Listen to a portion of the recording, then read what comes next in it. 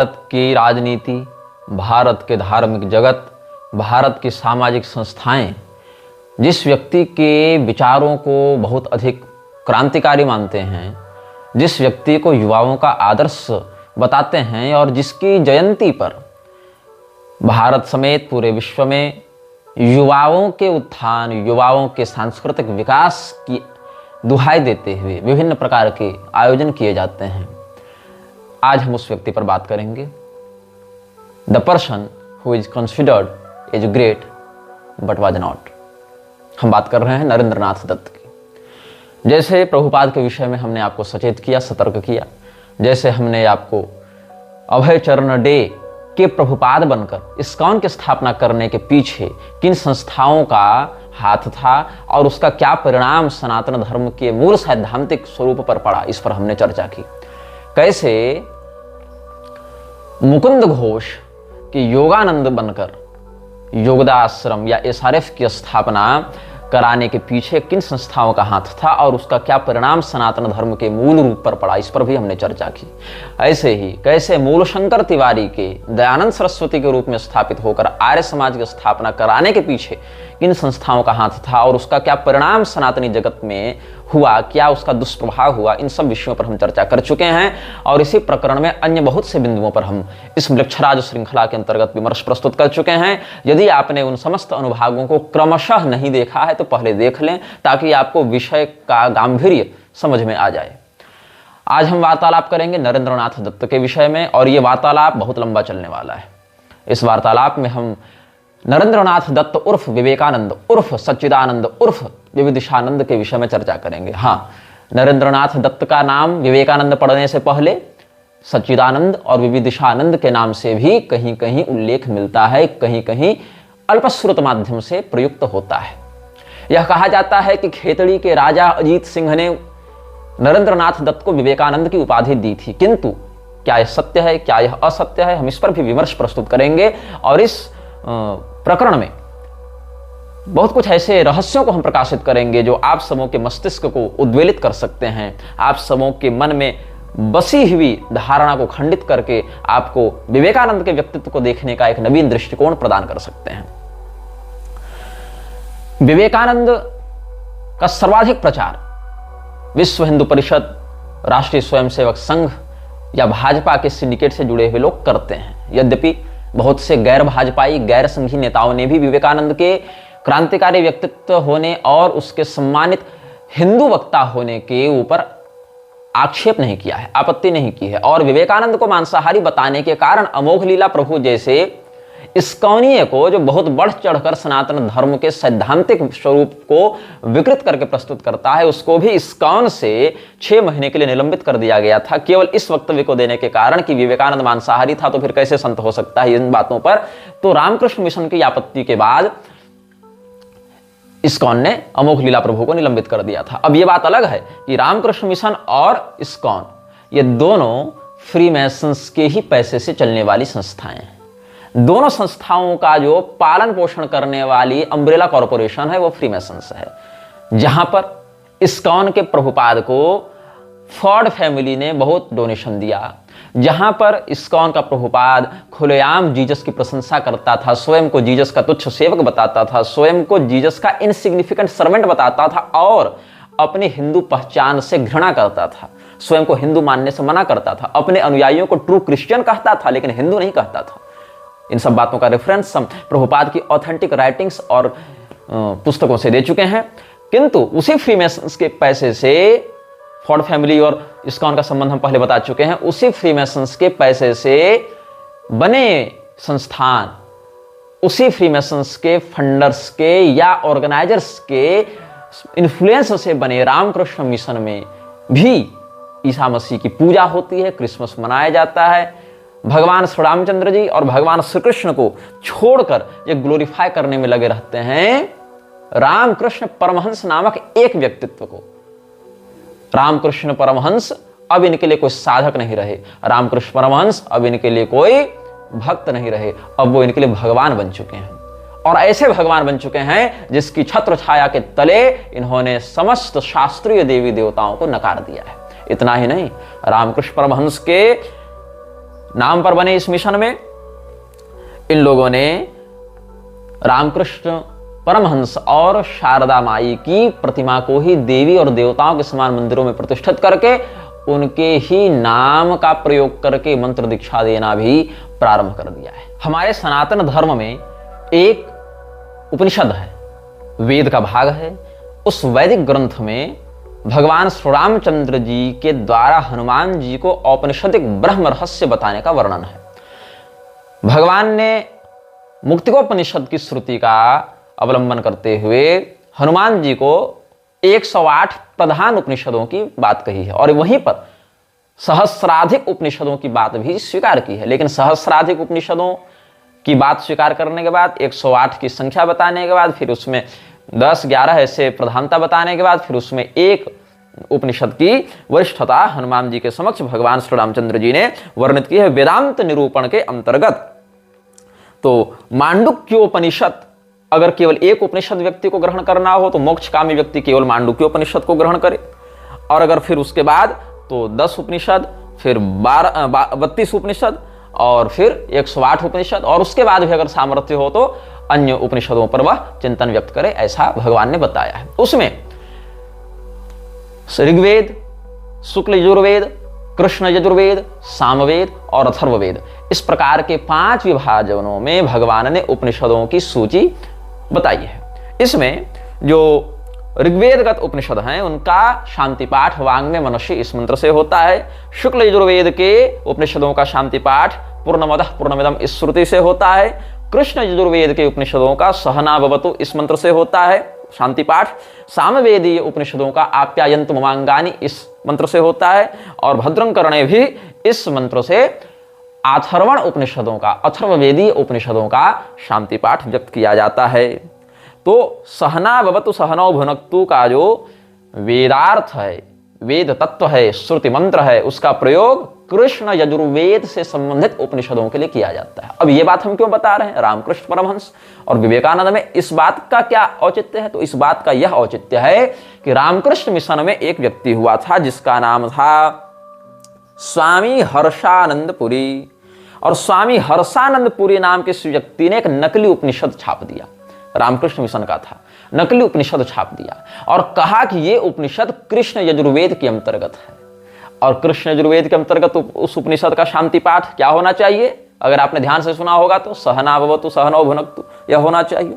तो इसने उसी शांति पाठ का आश्रय लेकर एक नकली उपनिषद, लघुकाय उपनिषद की रचना की, और उसको मैं पढ़कर सुनाता हूं, तुम्हारी आंखें खोलता हूं कि कैसे वेदांग, वेदांत, उपनिषद और अद्वैत के नाम पर रामकृष्ण मिशन के लोग ईसा मसीह की पूजा एक और कर रहे हैं, क्रिसमस मना रहे हैं, उसको राग भोग लगा रहे हैं, और दूसरी ओर नकली उपनिषदों से अपने ही संस्थापक गुरुओं को भगवान बताने पर तुले हुए हैं। और दुर्भाग्य का विषय है कि बंगाल जैसे क्षेत्रों में या भारत के दक्षिणी प्रांतों में जहां रामकृष्ण मिशन का कुछ प्रभाव ठीक ठाक है, ऐसे ही स्थानों पर शंकराचार्य परंपरा के लोग रामकृष्ण मिशन के साथ खूब उठते बैठते हैं, मिलते जुलते हैं, और केवल इस भ्रम के कारण कि ये लोग अद्वैत मत के अवलंबन करता है तो हमारे भी हितैषी, हमारे भी सगे संबंधी हो गए। ये विषय। अब उपनिषद पर हम आते हैं। क्या लिखा है हर्षानंद ने नकली उपनिषद में? सहना भवतु सहनौ भुनक्तु, ये शांति पाठ करने के बाद शांति शांति शांति रहते अथ श्री रामकृष्ण परमहंसोपनिषदम व्याख्यास्यामः। अब हम रामकृष्ण परमहंसोपनिषद की व्याख्या करेंगे। क्या? सैषा परोक्षानुभव रूढ़ा साधन प्रधाना च निर्गुणम निराकारम च परम ब्रह्म तदेव भक्तजनानां शीतल भक्ते प्रभावात् सगुणः साकारः परमेश्वरो भवति हिममिव जलात् शैत्यात् स एव परमेश्वरो निखिल जगदंतर्यामी च। इतना तो सिद्धांत ठीक है कि वह जो ब्रह्म विद्या है वह अपरोक्षा है, तो अपरोक्षानुभूति शंकराचार्य जी ने भी लिखी है। अनुभव रूढ़ा है, साधन प्रधान है, तो साधन चतुष्टय का महत्व तो शांकर वेदांत में भी स्वीकार किया जाता है। निर्गुणम निराकारम च परम ब्रह्म, वह परम ब्रह्म निर्गुण निराकार है, लेकिन भक्त जनों के लिए उनकी शीतल भक्ति, शैत्य भक्ति के प्रभाव से वह सगुण साकार बन जाता है। जैसे शैत्य गुण का आश्रय लेकर जल बर्फ बन जाता है, लेकिन बदलता उसका मूल तत्व नहीं है, मूल घटक तो जल ही है, लेकिन जैसे जल शैत्य का गुण दिखाते हुए हिम बन जाता है, बर्फ बन जाता है, वैसे ही जो परब्रह्म निर्गुण निर्विकार है, निराकार है, वह भी भक्तजनों की शीतल भक्ति का गुण प्रदर्शित करते हुए सगुण साकार हो जाता है। अब इतना विषय तो ठीक है, स एव परमेश्वरो निखिल जगदंतर्यामी च, वही एक परम ईश्वर ही संपूर्ण जगत का सृष्टा, अधिपति और अंतर्यामी है। इतना सिद्धांत ठीक है। अब कोई व्यक्ति अगर पढ़ेगा तो उसको लगेगा ये तो वास्तविक ब्रह्म ज्ञान बता रहे हैं, इसमें कोई श्रुति विरोध नहीं है, ये बात सत्य है, इसमें कोई कपट या दंभ का विषय नहीं है, और इसीलिए ये संस्था प्रामाणिक है, शास्त्रीय परंपरा के अनुसार बातों को बताती है। लेकिन आगे की बात को आप ध्यान देंगे तब ये क्या कहता है। अब यहीं पर अपना एजेंडा घुसाते हैं ये लोग, जैसे कृष्ण भगवान के नाम पर, चैतन्य महाप्रभु के नाम पर, मध्वाचार्य जी के नाम पर फिर अपना एजेंडा घुसा दिया ना इस्कॉन ने, वैसे ही ये लोगों ने क्या किया है। राम कृष्ण शिव विष्णु गौड़ अल्लित्यादि विविध नाम निर्दिष्टम परम तत्वमपि स एव। हम उस परमेश्वर को राम कहते हैं, कृष्ण कहते हैं, शिव कहते हैं, विष्णु कहते हैं, गौड़ कहते हैं, अल्लाह कहते हैं। अलग अलग नामों से उसी परम तत्व को बताया जाता है। और देवी स्वरूप में स एव लक्ष्मी, दुर्गा, काली, सरस्वती इत्यादि देवी नाम अभिरपि निर्दिश्यते, ये कह दिया। और इस प्रकार से कहते हुए क्या कहा, सर्वधर्म संभाव का सेक्युलरिज्म घुसाया। आगे क्या कहता है, ये गए फर्जी उपनिषदकार, व्यवहार दशायाम यत्र पुरुषोऽज्ञोद्वैतमिव पश्यति तदा काल्याति दिव्यः परस्यैव ब्रह्मणः शक्तय इति मंतव्यम। दाहिक शक्तिर्यथाग्नेः वस्तुतस्तु तयोरत्यन्तम भेदः एव। परमेश्वर दर्शनमेव मानव जीवनस्य चरमोद्देशः तथैव मुक्तेः साध्यत्वात्। परमेश्वरस्तु द्रष्टुं प्रष्टुं च शक्यः तेन सह लापोऽपि साध्यः। क्या कहता है ये हर्षानंद, परमेश्वर का जो दर्शन है वही मानव जीवन का चरम उद्देश्य होना चाहिए, और साध्य के ही माध्यम से फिर मुक्ति हो जाती है। परमेश्वर को देखा भी जा सकता है, स्पर्श भी किया जा सकता है, वार्तालाप भी उसके साथ किया जा सकता है, वह भी साध्य विषय है। हालांकि यहाँ पर कई श्रुतियों से विरोध होगा, जैसे यन मनसा न मनुते येन आहुर्मनोमतम, यत् चक्षुषा न पश्यति येन चक्षुंषि पश्यति, यद वाचा न भुदितम येन वागभ्युद्यते, यत् प्राणेन न प्राणयति येन प्राणः प्रणीयते। ये सब यत् श्रोत्रेण न शृणोति येन श्रोत्रमिदं श्रुतम। इन सब श्रुतियों से इस बात का विरोध होगा, किंतु सगुण साकारत्व का विवेचन करने वाले सैद्धांतिक पक्ष से समन्वय भी हो जाएगा। कैसे समन्वय हो जाएगा, तो पहले कह दिया है कि व्यवहार दशायाम, व्यवहार की दशा में। लेकिन अब ये भी सिद्धांत सही जा रहा है इसका, कि जो हमने काली, लक्ष्मी, दुर्गा, सरस्वती इत्यादि देवियों के नाम बताए, ये सब जो देवताओं के नाम बताए, हालांकि राम, कृष्ण, शिव, विष्णु की तात्विक एकता शास्त्र से सिद्ध हो जाएगी, लेकिन गॉड, अल्लाह इत्यादि का न लक्षण सिद्ध होगा न विचार सिद्ध होगा। अस्तु, सनातन धर्म शास्त्रीय परंपराओं में उसको मान्यता भी नहीं दी जाएगी। और अगर ऐसे कहो कि समस्त वाचक शब्द तो ब्रह्म के ही हैं, ब्रह्म तो शब्द ब्रह्म है, उसके वाचक के अतिरिक्त कोई नाद होता नहीं, नाद ही ब्रह्मवाचक हो जाता है, तो ऐसी स्थिति में तो कुत्ता कहो, गधा कहो, घोड़ा कहो, हाथी कहो, बंदर कहो या कोई गाली बको, वो भी ब्रह्मवाचक ही हो जाएगा चरमाद्वैत की स्थिति में। तो केवल राम, कृष्ण, शिव, विष्णु के बाद गॉड, अल्लाह ही क्यों इस उपनिषद में लिखा गया इन लोगों के द्वारा? कुत्ता, बिल्ली, गधा, घोड़ा भी लिख देते ना, लेकिन नहीं, क्योंकि इन्हीं लोगों के नाम पर, इन्हीं शब्दावलियों का आश्रय लेकर लोग फॉलोवर्स बन रहे हैं, सनातन धर्म में भी और ईसाइयत में भी, इस्लाम में भी। इसीलिए गॉड अल्लाह को घुसाना आवश्यक था। लेकिन कहीं कोई व्यक्ति यह न कहे कि गॉड अल्लाह तो अलग है, इसीलिए बाद में एक और यहां पर बात थोपी जा रही है, क्या कि सर्वधर्म संभाव अपनावरे, सब तो सभी बातें एक धर्म ही हैं। सर्वे धर्मा समानास्तमेव गमयन्ति च, सभी धर्म एक समान है, और वह परमेश्वर गॉड भी है, अल्लाह भी है, और राम भी है, कृष्ण भी है, शिव भी है, विष्णु भी है, और सभी धर्म समान है। इसलिए मानव जीवन का परम उद्देश्य उस परमेश्वर की आराधना करना है। इस प्रकार से इन लोगों ने बहुत कुछ इसमें अपनी बातें घुसाई। लेकिन अगर तुमको अपनी बात कहनी थी तो तुम रामकृष्ण मिशन के बैनर तले कोई पुस्तक लिखते और उसको छापते, कहते। पहले भी कहा जा रहा था ऐसा विषय, आगे भी कहा जाता रहेगा बहुत से लोगों के द्वारा। किंतु यह प्रश्न उठता है कि कृष्ण यजुर्वेदीय उपनिषद के प्रारूप में इसको क्यों लिखा गया? वैदिक सिद्धांत साहित्य में इसमें घुसपैठ करते हुए रामकृष्ण परमहंसोपनिषद नाम देकर, और उसमें सहना बाबा तो ये शांति पाठ कृष्ण यजुर्वेदीय देकर ये लोग क्या सिद्ध करना चाहते हैं? उसमें गॉड, अल्लाह और सभी धर्म एक ही बात कहते हैं, कह के इस्लाम, ईसाइयत को भी उसमें घुसाने का जो षड्यंत्र किया गया है, इस वेद द्रोह का, इस श्रुति द्रोह का क्या प्रतिफल प्राप्त होगा? इन लोगों को होश नहीं है क्या? इन लोगों को बात समझ में नहीं आती है क्या? इसीलिए हमने यहां पर कहा रामकृष्ण परमहंस के जीवन में इस्लामी, ईसाई लोग भी आए। उन लोगों से भी उन्होंने बहुत कुछ बातें पूछी, बताई, जानी, समझी, लेकिन उन्होंने अपना इष्ट नहीं बदला। लोग कहते हैं इस्लामी पद्धति से आराधना करने लगे, लेकिन इस्लामी पद्धति से जब वो आराधना कर रहे थे उससे पहले क्या वो काली तत्व से अभिन्नता का अनुभव कर चुके थे कि नहीं कर चुके थे? क्योंकि काली तत्व से अभिन्नता अगर उनकी हो चुकी है, उस स्थिति में वह अगर पद्मपत्र मिवाम भसा के भाव से म्लेच्छस पृष्ठ भी होते हैं तो निर्दुष्ट माने जाएंगे, निर्लिप्त माने जाएंगे। लेकिन अगर संसिद्धि नहीं होती है काली ब्रह्म विद्या की, उस स्थिति में पतित माने जाएंगे, त्याज्य माने जाएंगे, बहिष्कृत माने जाएंगे।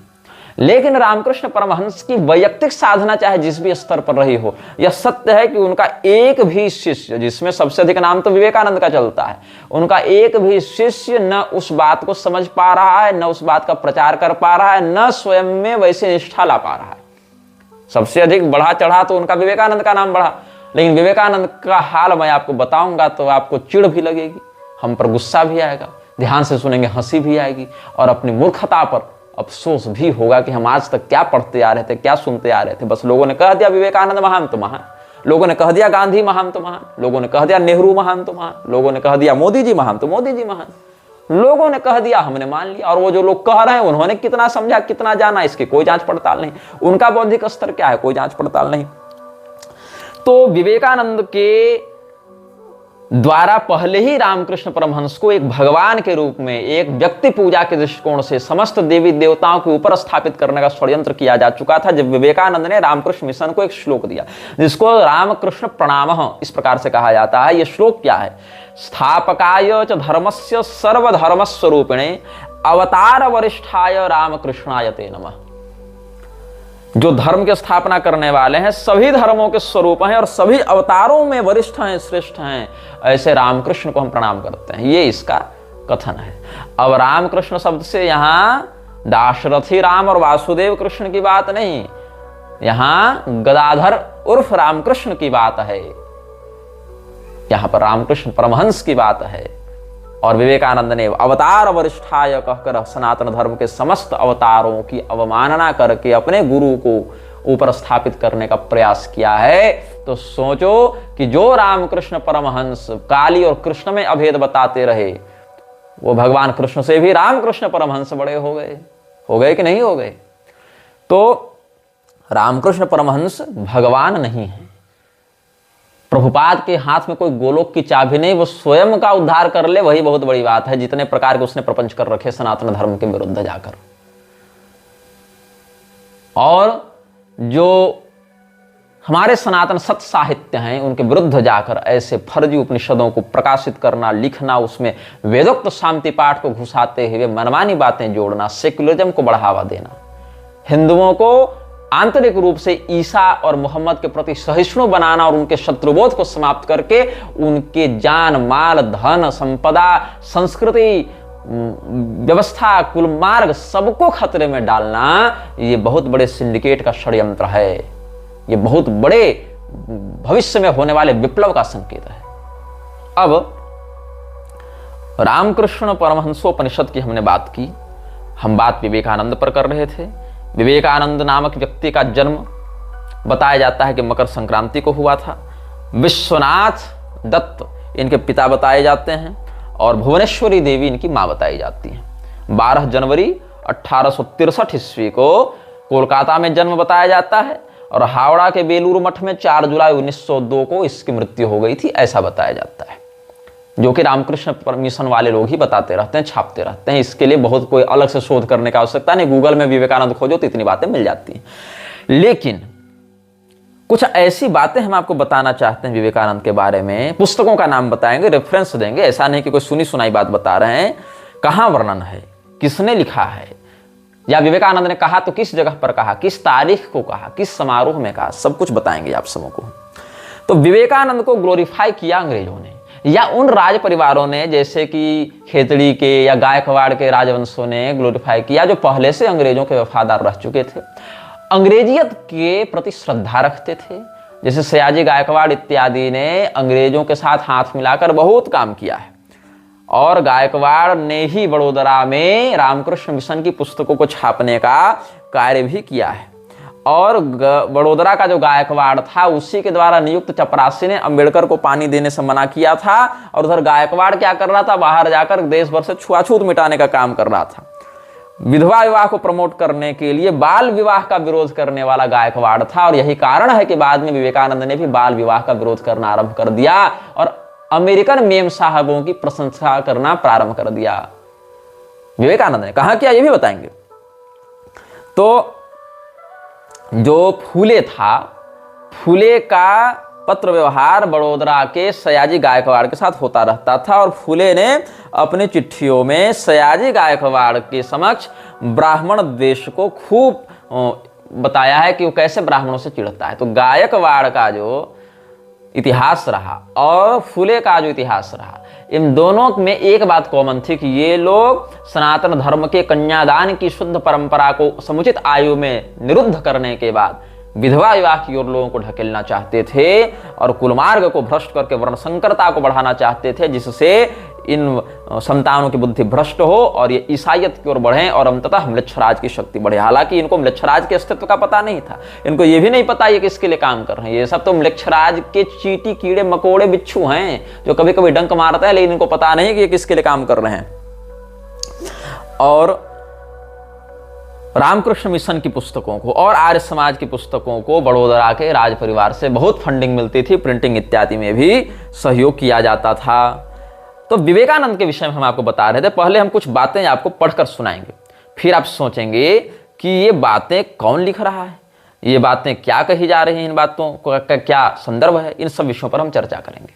कुछ बातें विवेकानंद ने स्वयं लिखी हैं, कुछ बातें सिस्टर निवेदिता की पुस्तकों से प्राप्त होती हैं, कुछ बातें अभी जो विवेकानंद की जीवनी छप जा रही है रामकृष्ण मिशन से, या फिर विवेकानंद का जो वांग्मय छपता है, हिंदी में भी वह पुस्तक प्रकाशित होती है, कंप्लीट वर्क्स ऑफ विवेकानंद या विवेकानंद वांग्मय के नाम से पुस्तकें छप रही हैं, जो हिंदी में भी उपलब्ध हैं, बंगाली में भी उपलब्ध हैं और अंग्रेजी में भी उपलब्ध हैं। बहुत सी भाषाओं में उसका अनुवाद भी किया गया है, और मुझे बंगाली तो नहीं आती, लेकिन हिंदी आती है, अंग्रेजी आती है, संस्कृत का अभ्यास है। तो विवेकानंद के वो पत्र या वो साहित्य जो बंगाली में छपे हुए हैं, उनको समझने के लिए हमने गूगल ट्रांसलेट का आश्रय लिया और उसको हमने सही ट्रांसलेट किया, उसका भाव हम सही समझ रहे हैं, इसको जानने के लिए हमने बांग्लादेश में रहने वाले हमारे एक ब्राह्मण मित्र से संपर्क किया, जो हमारे पूर्व परिचित हैं और अच्छे शास्त्रज्ञ हैं, बहुत प्रौढ़ अध्ययन है उनका, और समयानुसार शास्त्रीय विषयों में हम लोग बहुत लंबी लंबी चर्चा करते हैं। तो उन बांग्लादेशी ब्राह्मण बंधु से, जिनका नाम हम उनकी सुरक्षा के कारण या उनका पता उनकी सुरक्षा के कारण सार्वजनिक नहीं करेंगे, उनके पास विवेकानंद से संबंधित और भी बहुत से प्रमाण हैं। उन्होंने उस चर्चा में बहुत कुछ बातें हमें बताई, बहुत कुछ बातें तो हम जानते ही थे। तो आपसी चर्चा विमर्श करके बंगाली पत्रों को, पुस्तकों को उनके द्वारा सत्यापित करके कि हाँ, हम जो समझ रहे हैं बंगाली में जो लिखा है उसका वही अर्थ है, वही संदर्भ है, इसको समझने के बाद फिर विवेकानंद की उन कही बातों को सनातन धर्म के ग्रंथों से क्रॉस वेरीफाई करने के बाद हम जिन प्रस्तुत बातों को व्यक्त करने जा रहे हैं उनमें बिल्कुल प्रामाण्य बल है, उनमें कोई भी छेड़छाड़ नहीं की गई है, वो बिल्कुल वास्तविक हैं। तो एक पुस्तक है complete works of Swami Vivekananda volume 8, उसमें आपको एक चिट्ठी मिलेगी जो शशि के लिए लिखी गई थी, बेलूर मठ से, हावड़ा से उसको पोस्ट किया गया था 25 फरवरी 1898 ईस्वी को।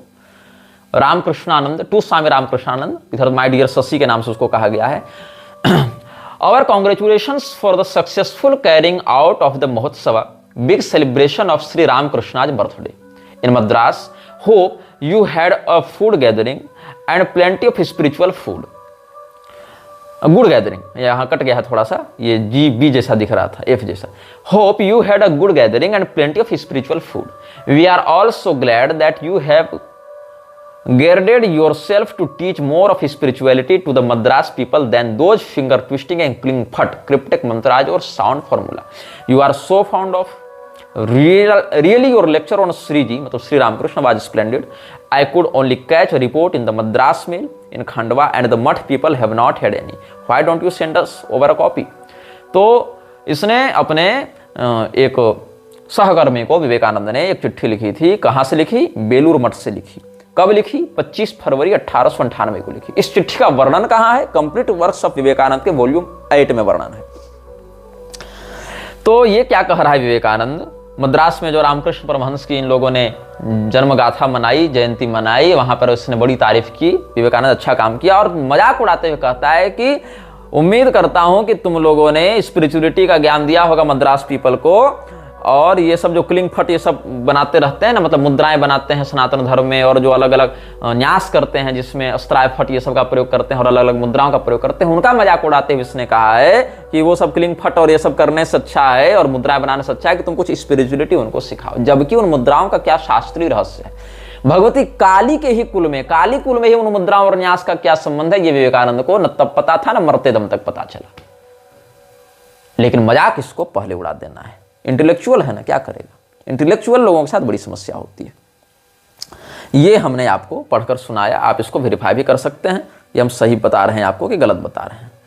अब एक और पुस्तक है कंप्लीट वर्क्स ऑफ विवेकानंद में, वॉल्यूम 4। इसमें एक पैरा आप ध्यान देंगे, even if the kings be of his god like nature as that of Yudhishthira, Ramachandra, dharma, Ashoka and और अकबर, अंडर हुज बिगिन होना चाहिए rule the under whose Benin rule the people enjoyed safety and prosperity and were looked after with paternal care by their rulers। ये इसका दावा है इस पुस्तक में। तो इसका क्या कहना है विवेकानंद का कि उदार सौम्य जो शासन है, बेनिन रूल, उदार जो इनका शासन है, किनका, तो ऐसे राजा जो ईश्वरीय उदारता का प्रदर्शन करते थे, मतलब जिनके राज्य काल में प्रजा को लगा कि ये राज्य मनुष्य का नहीं, ये राज्य ईश्वर का राज्य है। तो ऐसे दिव्य राज्य में आपको क्या स्मरण आता है, जब मनुष्य को लगा कि मेरा राजा कोई मनुष्य नहीं, ये सीधे भगवान है, भगवान ही यहां राज्य कर रहे हैं, तो आपके मन में राम राज्य का नाम आता है, युधिष्ठिर जी का भी नाम आता है, हरिश्चंद्र जी का नाम आता है। तो यहां पर क्या कहा विवेकानंद ने कि युधिष्ठिर, रामचंद्र, अशोक और अकबर जैसे शासक जो ईश्वरीय स्वभाव से युक्त थे और जिनके उदार राज्य में लोगों को सुरक्षा का अनुभव हुआ, समृद्धि का अनुभव हुआ, और ये लोग ऐसा अनुभव किया कि इनके राजा नहीं, इनके पिता हैं और पिता के समान भरण पोषण कर रहे हैं। तो देखो, राम जी के राज्य की तुलना विवेकानंद ने अकबर के राज्य से की है, धर्मराज युधिष्ठिर के राज्य की तुलना धर्म विध्वंसक अकबर के राज्य से की है विवेकानंद ने। तो सोच लो कि अकबर के अत्याचारों के प्रति इसकी क्या सहिष्णुता रही होगी, और अकबर के अत्याचारों को हिंदू अगर जान जाए, समझ जाए, तो क्या उसका भाव बनेगा अपने शत्रुओं के प्रति, यह भी तुम समझ सकते हो। और विवेकानंद को आदर्श मानने से तुमको यह मानना पड़ेगा कि अकबर एक दिव्य शासक था जिसने अपने लोगों को पिता के समान भरण पोषण किया। अब भविष्य पुराण की बात आते हैं, जहां अकबर के विषय में कुछ सकारात्मक बातें मिलती हैं। कुछ लोग उनको वास्तविक बताकर कहते हैं कि हिंदू तो मुगलों के गुलाम रहे, कुछ लोग उनको प्रक्षिप्त बताकर कहते हैं ये सब बातें नकली। लेकिन क्या है, अकबर म्लेच्छ था, अत्याचारी था, इसमें कोई संशय नहीं। लेकिन इसमें भी कोई संशय नहीं कि उसने अपना जीवन बहुत रौब के साथ और बहुत वैभव के साथ बिताया। हाँ, महाराणा प्रताप इत्यादि से भिड़ने के समय उसको अपेक्षित सफलता नहीं मिली, हारना पड़ा, तिरस्कृत होना पड़ा, किंतु ओवरऑल उसका जीवन देखें तो वैभवशाली रहा, प्रभावशाली रहा अकबर। और पिछले जन्म के किए सत्कर्म के कारण उसको यह सुख प्राप्त हुआ, यह वैभव प्राप्त हुआ। भौतिक सुख तो मिल ही रहा है ना भाई, गद्दी पर तो बैठा है ना, महल में तो रह रहा है ना, लाखों लोग उसके सामने राजा राजा साहब बादशाह कह तो रहे हैं ना। तो ये वैभव, ये सुख उसको पूर्वकृत पुण्य के माध्यम से हुआ, ये समझना चाहिए। और म्लेच्छत्व के कारण कलिवृद्धि में उसका नियोग किया गया, उसका प्रयोजन सिद्ध हुआ। लेकिन रामचंद्र जी के राज्य की तुलना अकबर के राज्य से करके रामचंद्र जी के समान ईश्वरीय और पितातुल्य उदार शासक अकबर को बताने से यह सिद्ध होता है कि विवेकानंद की मानसिकता कैसी थी। अब हम आपको बताते हैं कि विवेकानंद क्या मानता था अकबर के बारे में। इसका यह मानना था कि अकबर प्रैक्टिकली हिंदू था और उसने इस्लामियों को, मुसलमानों को शिक्षित किया, यह बताया, सहिष्णु बनाया, सूफी मान्यता को बढ़ावा दिया, मतलब सहिष्णु बनाया। और सूफी लोग क्या करते हैं, इतने सदाचारी होते हैं, गोमांस इत्यादि नहीं खाते कि उनको हिंदुओं से अलग समझना मुश्किल हो जाता है। ये complete works of Swami Vivekananda के वॉल्यूम 5 से, इंटरव्यूज इंडिया एंड इंग्लैंड, वहां से बता रहा हूं। तो क्या कहता है Vivekananda, yet Akbar the great become practically a Hindu educated Mohammedans, the Sufis are hardly to be distinguished from the Hindus, they do not eat beef and in other ways conform to our usages, their thought has become permeated by ours। ये विचारधारा किसकी है, विवेकानंद की है। अब हम आगे बढ़ते हैं complete works of Swami Vivekananda के वॉल्यूम 5 में ही, in the East and the West customs eastern and western, उस सेक्शन में आते हैं। इस पुस्तक में क्या वर्णन है? According to the Hindu shastras the 3 Hindu castes Brahman, Kshatriya and Vaishya and the several nations outside India to wit Chin, Hun, दरद, पहलव, यवन and Khas are all Arya's. अब यहीं पर बात फंसती है। पहले हमने बयान दिया था बहुत से वक्तव्यों में कि विवेकानंद यह मानता था कि आर्य बाहर से आए थे। लोगों ने मेरा विरोध किया, दिखाया देखो विवेकानंद तो कह रहे हैं आर्य यहीं के हैं। उन्होंने तो आर्य माइग्रेशन थ्योरी का विरोध किया, आर्यन माइग्रेशन थ्योरी का विरोध किया। मैं उनको वह बताना चाहता हूं कि विवेकानंद ने जो बातें कही हैं कि आर्य बाहर से नहीं आए हैं, उसमें यह बात समझ लो कि ये हूण, खस, यवन इत्यादि सेवरल नेशंस आउटसाइड इंडिया को भी आर्य में गिन रहा है। मतलब ये मान रहा है कि उधर के जो म्लेच्छ हैं वो सब भी आर्य हैं। हालांकि इन सभी म्लेच्छ जातियों का प्रादुर्भाव क्षत्रिय के रूप में हुआ था और ब्राह्मणों के मार्गदर्शन के अभाव में ये म्लेच्छत्व को प्राप्त हो गए थे, ऐसा भी स्मृति वाक्य, पुराण वाक्य प्राप्त होता है। किंतु यह कहना कि ये सब भी आर्य हैं, ऑल आर्यज, और उनकी तुलना ब्राह्मण, क्षत्रिय, वैश्य से करना, ये समझ लो कि ब्राह्मण, क्षत्रिय, वैश्य को इसने म्लेच्छों के तुल्य बता दिया और म्लेच्छों को आर्य बता दिया। अब बताओ इसकी आर्यन माइग्रेशन थ्योरी कैसे काम कर रही है। लेकिन ध्यातव्य बात यह है, यहां शूद्रों को नहीं गिना, इसने शूद्रों को आर्य नहीं माना, क्योंकि अगर शूद्रों को आर्य मान लेंगे तो फिर ब्राह्मणों से शूद्रों का संघर्ष कैसे दिखाएंगे, ब्राह्मणों को गाली कैसे देंगे। इसीलिए विवेकानंद ने शूद्रों को आर्य में नहीं गिना, क्योंकि ये व्यक्ति स्वयं को भी शूद्र के रूप में ही प्रस्तुत करता था कई स्थानों पर। विवेकानंद ने कहां किया, कब किया, इसका भी प्रमाण हम आगे देंगे। ध्यान से सुनना, मैं जो सत्य बोलता हूं उसको पचाना तुम्हारे अभ्यास में नहीं है। Your digestion can't digest the truth I speak, इसीलिए हाजमा तगड़ा बनाओ। विवेकानंद का नहीं था ना तगड़ा हाजमा, तुम्हारा होना चाहिए, तब पचा पाओगे इन बातों को। तो ब्राह्मण, क्षत्रिय, वैश्य को इसने आर्य बताया, भारत का निवासी बताया, किंतु भारत के बाहर के देशों के म्लेच्छों को भी आर्य बताया और इसमें शूद्रों को नहीं गिना। इस एक पैरा के पीछे क्या षड्यंत्र था, इसको विवेकानंद के जीवन से हम आगे समझने का प्रयास करेंगे। This Chin of our shastras is not the modern Chinaman. Besides, in those days, the Chinamen did not call themselves Chin at all. There was a distinct, powerful nation called Chin, living in the northeastern parts of Kashmir, and the Darats lived where are now seen the hill tribes between India and Afghanistan. ये सभी बातें आगे हैं, ये सब बातें हम आपको पहले बता चुके हैं। लेकिन यहाँ पर इसने कहा कि हमारे शास्त्रों में जो चीन शब्द का वर्णन है वो आधुनिक चीन के लिए नहीं है। ऐसे भी आधुनिक चीन जो है वो बहुत ज्यादा कब्जाई हुई भूमियों पर है, वास्तविक चीन का लैंड बहुत कम है। और हमारे शास्त्रों में चीनाचार तंत्र भी है, तारा मार्गी उपासक उससे आराधना करते हैं, और महाचीन देश का भी वर्णन है। तो ये सब खैर भूगोलीय बातें हो गई, लेकिन यहाँ पर विषय क्या है कि इन सभी लोगों को इसने आर्य बताया है और उसमें शूद्रों को नहीं गिना। इस बात को आप बारंबार याद रखेंगे, आगे भी याद रखेंगे। इसके बाद वॉल्यूम 3 जो है lectures from Colombo to Almora, जो छपा है complete works of Swami Vivekananda में, उसमें क्या कहता है, there was a time in this very India when without eating beef no Brahmin could remain a Brahmin. You read in the Vedas how when a sannyasi, a king or a great man came into a house, the best bullock was killed. How in time it was found that as we were an agricultural race, killing the best bulls meant annihilation of the race.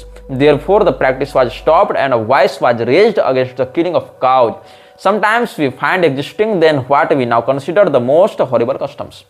इसका दावा है प्राचीन भारत में कोई ब्राह्मण गौमांस खाए बिना ब्राह्मण नहीं रह सकता। यहां बीफ शब्द का प्रयोग किया। अब तुम कह सकते हो कि बीफ शब्द तो भैंसे के मांस के लिए भी प्रयोग होता है, किंतु यहां पर काउज, किलिंग ऑफ काउज, यहां एक भी जगह बफेलो का प्रयोग नहीं हुआ, बुलॉक्स एंड काउज का प्रयोग किया गया, जो गाय बैल का पर्यायवाची शब्द है अंग्रेजी में। इसलिए बीफ शब्द का अर्थ भैंसे का मांस नहीं है, बीफ शब्द का अर्थ सीधा सीधा गौमांस ही है। तो इसका दावा है विवेकानंद का कि वेदों के अनुसार ब्राह्मण तब तक ब्राह्मण नहीं रह सकता था जब तक वह गोमांस का भक्षण न करे। यह विवेकानंद ने दावा किया है। जो लोग विवेकानंद का अपमान करने का आरोप मुझ पर लगाएंगे वो जान लो कि विवेकानंद के पास सम्मान जैसा कुछ बचा ही नहीं है इस बयान को जारी करने के बाद। हालांकि विवेकानंद ने यह कहा कि उत्तर और दक्षिण के हिंदुओं में एक ही समानता है कि वो, या पूर्व पश्चिम के हिंदुओं में एक ही समानता है कि गोमांस नहीं खाना चाहिए, इस पर वो आज एक मत है। किंतु यह भी पूर्ण सत्य नहीं है, क्योंकि केरल की और पूर्वोत्तर के, बंगाल के बहुत से हिंदू म्लेच्छत्व के प्रभाव में आकर गोमांस भी खा रहे हैं, बेच रहे हैं। यह सत्य है, पचाने का सामर्थ्य नहीं हो तुम्हारा तो तुम अपना हाजमा ठीक करो, तुम्हारे डाइजेशन के कमजोर होने से सत्य नहीं बदलेगा। बहुत कम शास्त्रनिष्ठ हिंदू अब ऐसे बचे हैं जो गोमांस खाने को पूर्णतया बहिष्कृत मानते हैं। नहीं तो भारत में हिंदुओं की वह दुर्गति है कि जो खुलेआम कहती है कि मैं बीफ खाती हूं, ऐसी कंगना रनौत को रामभद्राचार्य गले लगाता है मंच से, हिंदू शेरनी मानता है उसको हिंदू। वह रणबीर कपूर जो उसका बाप और जो स्वयं भी गोमांस खाता है, जिसका खुलेआम समर्थन करता है, उसको महाकाल मंदिर में उज्जैन में प्रशासन घुसाती है और जो लोग विरोध करते हैं उनको लाठी मारकर भगाती है। पुलिस प्रशासन का यह अत्याचारी रवैया उज्जैन में हुआ था, देख लेना। यह हिंदुओं की दुर्गति है, कथित हिंदूवादी सरकार में कथित हिंदू धर्म गुरुओं के द्वारा करवाई जा रही है दुर्गति, और गोमांस खाने वालों का समर्थन किया जा रहा है। ठीक है, डाइजेशन सुधारो अपना हिंदुओं। और ये क्या कहता है विवेकानंद कि जब कोई सन्यासी, कोई राजा या कोई महान अतिथि किसी के घर में आता था तो उसके सम्मान में गाय काटी जाती थी, ऐसा वेद का मत है। और बाद में पता चला इन लोगों को कि हम लोग तो कृषि प्रधान लोग हैं, इसीलिए गाय बैल को नहीं मारना चाहिए, गाय बैल को मारने से हमारी नस्लें बिगड़ेंगी, हमारा काम बिगड़ेगा, इसीलिए फिर बाद में उसको प्रतिबंधित कर दिया गया।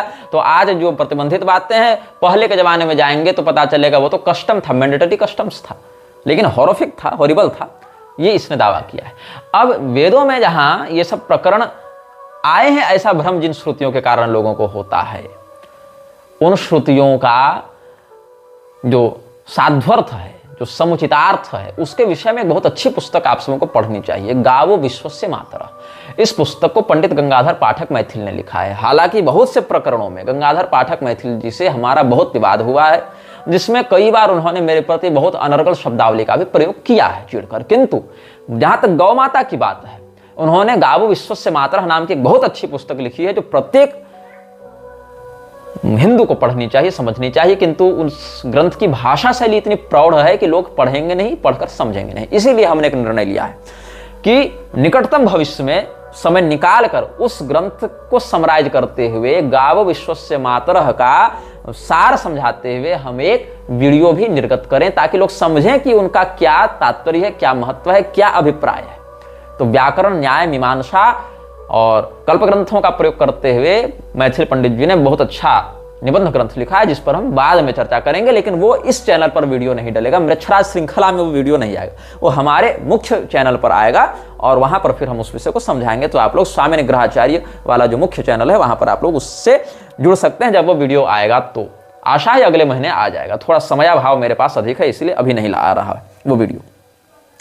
अब विवेकानंद के कुछ और विषयों पर हम चिंतन करते हैं। All glory to God, Baranagore, Calcutta, 7 अगस्त 1889 ईस्वी को यह चिट्ठी लिखी गई है विवेकानंद के द्वारा, काशी के ब्राह्मणों के लिए लिखी गई है।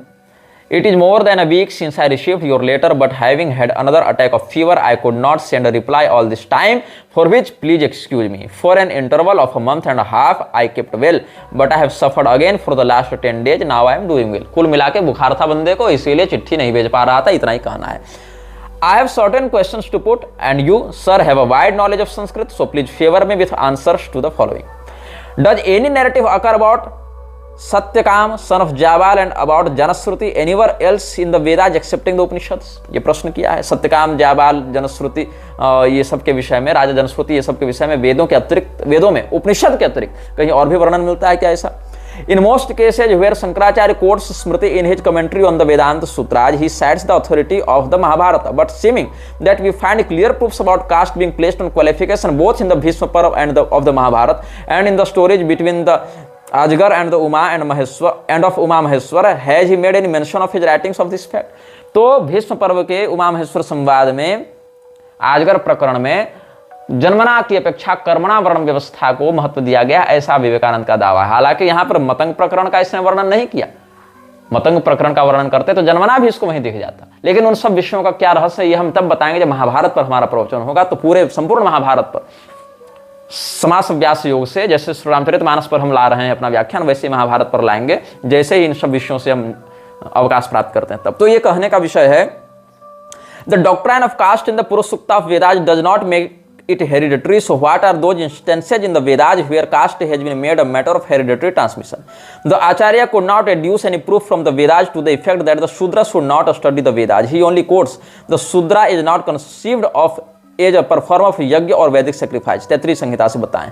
तो ये सब बातें वर्णाश्रम व्यवस्था को चुनौती देते हुए, जन्मना वर्ण व्यवस्था को चुनौती देते हुए हम ऐसे कोड्स को पकड़ें और उनकी दुर्व्याख्या करें, इसके लिए ये वाराणसी के विद्वानों से कांटेक्ट कर रहा था विवेकानंद। और विवेकानंद पत्राचार के माध्यम से वेद और संस्कृत में पीएचडी करने का प्रयास कर रहा था। उस समय की ये सब बातें हैं, किंतु ये ध्यान दो कि वर्णाश्रम व्यवस्था में शंकराचार्य जी के मत का खंडन करने के लिए विद्वानों से सोर्स कलेक्ट करने में लगा हुआ था, पूछ पूछ कर लोगों से। अच्छा चलो, ज्ञानियों से तो हम लोग भी पूछते हैं, सभी लोगों से चर्चा होती है, लेकिन उद्देश्य इसका क्या था कि हम ईसाइयों की जो योजना है, दयानंद के माध्यम से आर्य समाज जो कर रहा था, करशन दास मूल जी के माध्यम से जो उसका वेद सभा इत्यादि चल रही थी, या वेद धर्म के नाम से ये सब जो लिख रहे थे पुस्तक, या जॉन मूर के माध्यम से मत परीक्षा वाला जो काम कर रहे थे, या ब्रह्म समाज के माध्यम से राजा राम मोहन राय जो काम कर रहा था, उसी को और विवेकानंद आगे बढ़ाना चाह रहा था ना। थियोसॉफिकल सोसाइटी इत्यादि की विचारधारा को ही आगे बढ़ाना चाह रहा था ना। इसीलिए इसको जन्मना वर्णम व्यवस्था का खंडन करना ही अभिष्ट था, शास्त्रीयता का खंडन करना ही अभिष्ट था।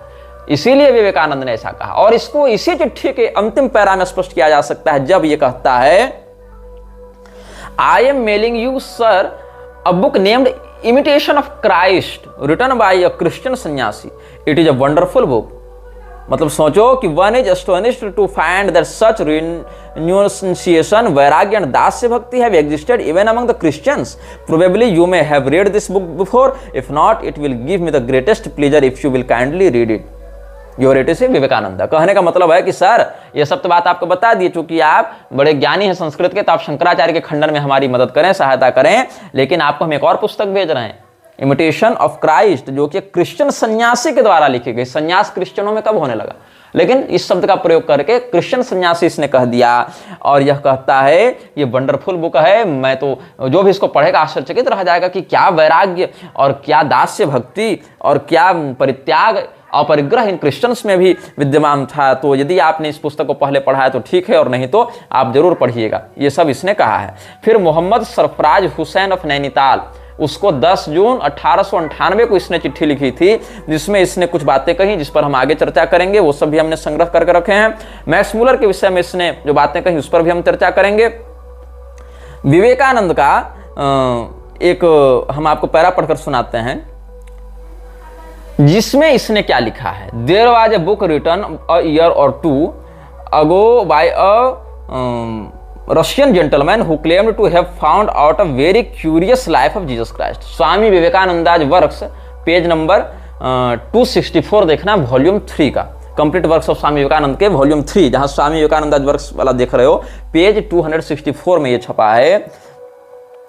क्या कह रहा है ये कि Buddha was the destroyer of Brahminical idolatry, Buddha ने ब्राह्मणवाद में जो मूर्ति पूजा हो रही थी उसका खंडन किया। Little do they know the Buddhism created Brahminism and idolatry in India, लेकिन ब्राह्मणवाद और मूर्ति पूजा को बुद्धिज्म ने ही बढ़ावा दिया, ऐसा इसका दावा है। मतलब इसके अनुसार मूर्ति पूजा और ब्राह्मणवाद हिंदू धर्म का अंग नहीं है, बौद्धों ने इसमें हिंदू धर्म में घुसाया। और विवेकानंद ने क्या कहा था कि मूर्ति पूजा तो जैनियों ने घुसाई है हिंदू धर्म में विकृति करके, और ये वैदिक मार्ग नहीं है। इसी दयानंदी विचारधारा को प्रमोट कौन कर रहा है? विवेकानंद प्रमोट कर रहा है। तो ये आगे क्या लिखता है, there was a book written a year or two ago by a Russian gentleman who claimed to have found out a very curious life of Jesus Christ, and in one part of the book he says that Christ went to the temple of Jagannath to study with the Brahmans but become disgusted with their exclusiveness and their idols, and so he went to the lamas of Tibet instead, become perfect and went house. To any man who knows anything about Indian history, that very statement proves that the whole thing was a fraud, because the temple of Jagannath is an old Buddhistic temple. We took this and others over and re-Hinduized them. We shall have to do many things like that yet. That is Jagannath, and there was no one Brahmin there then, and yet we are told that Jesus Christ came to study with the Brahmins there. So says our great Russian archaeologist. अब इस बात को तुम ध्यान से सुनना जो मैं बता रहा हूं। अंग्रेजी में पढ़ दिया, अंग्रेजी वाले समझ गए, हिंदी वालों को समझा रहा हूं। विवेकानंद ने कहा है कि एक रशियन आर्कोलॉजिस्ट जेंटलमैन ने ईसा मसीह पर एक पुस्तक लिखी है जिसमें उसने यह दावा किया है कि ईसा मसीह भारत में जगन्नाथ मंदिर गया था, जगन्नाथपुरी गया था। वहाँ ब्राह्मणों के माध्यम से वह पढ़ाई कर रहा था, लेकिन ब्राह्मणों की मूर्ति पूजा से उसको बड़ी चिढ़ लगी, इसीलिए वहाँ से वो तिब्बत चला गया, लामाओं के बीच में रहा और वहाँ परफेक्ट ज्ञान प्राप्त करके फिर घर गया। अब इस बात के अलग अलग वर्जन उपलब्ध हैं। वर्जन नंबर 1 यह कहता है पूरी शंकराचार्य के अनुसार और उनके भी पूर्वाचार्य भारती कृष्ण तीर्थ के अनुसार और उनके बड़े लाडले प्यारे योगानंद के अनुसार, फ्रीमेसन्स फंडेड एसआरएफ स्थापक योगानंद के अनुसार, जिसके बहकावे में ये भारती कृष्ण तीर्थ विदेश यात्रा भी किए थे और बाद में शंकराचार्य का पद भी छोड़ना पड़ा था।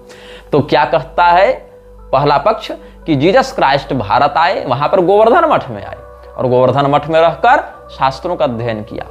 अच्छा, योगानंद वाला पक्ष तो कहता है वेदों का भी अध्ययन किया। हालांकि वर्तमान पूर्व शंकराचार्य ये नहीं कहते कि वेदों का अध्ययन किया, कहते हैं बस आए और यहां शिक्षा ग्रहण की। हालांकि इसका कोई हिस्टोरिकल एविडेंस भी नहीं मिलता है। अगर कहो बाइबल से वो अंश हटा दिया गया तो और कोई हिस्टोरिकल एविडेंस होगा। अच्छा चलो, आप शंकराचार्य हैं उस मठ के, तो आप ही अपने मठ से ऐसा कोई प्रमाण दिखा देते।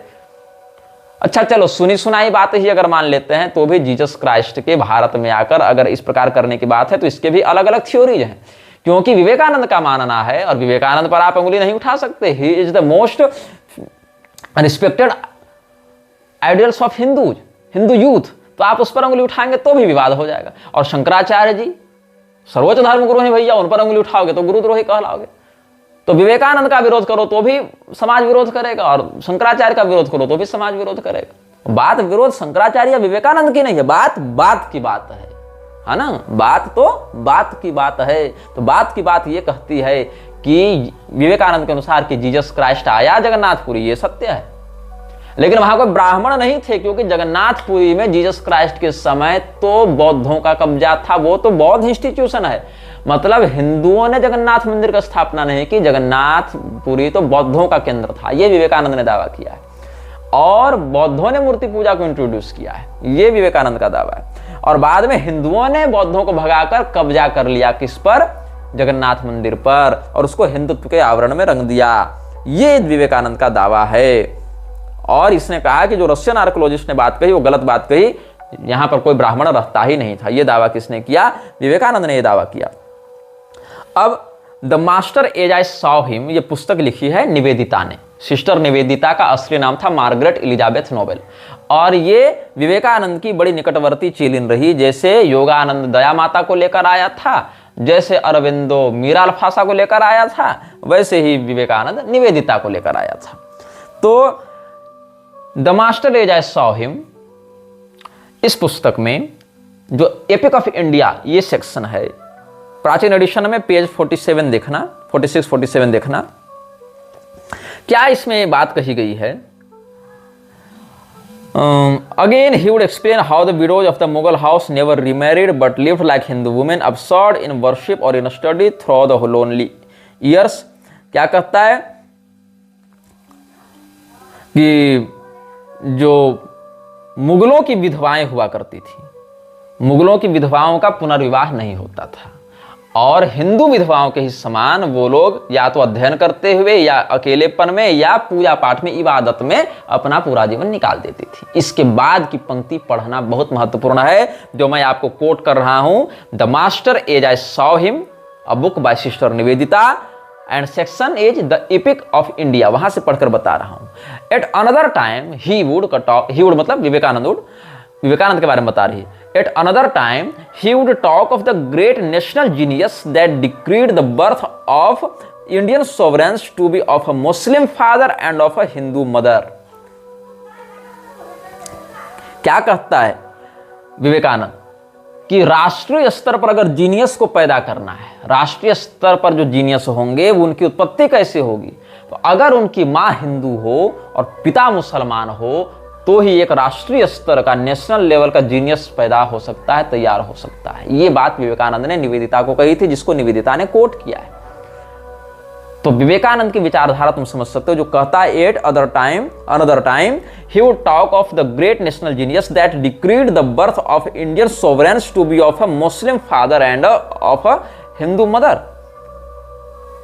अब देखो विवेकानंद ऐसा कहा कि नहीं कहा, ये विवेकानंद ने नहीं लिखा, निवेदिता ने दावा किया है।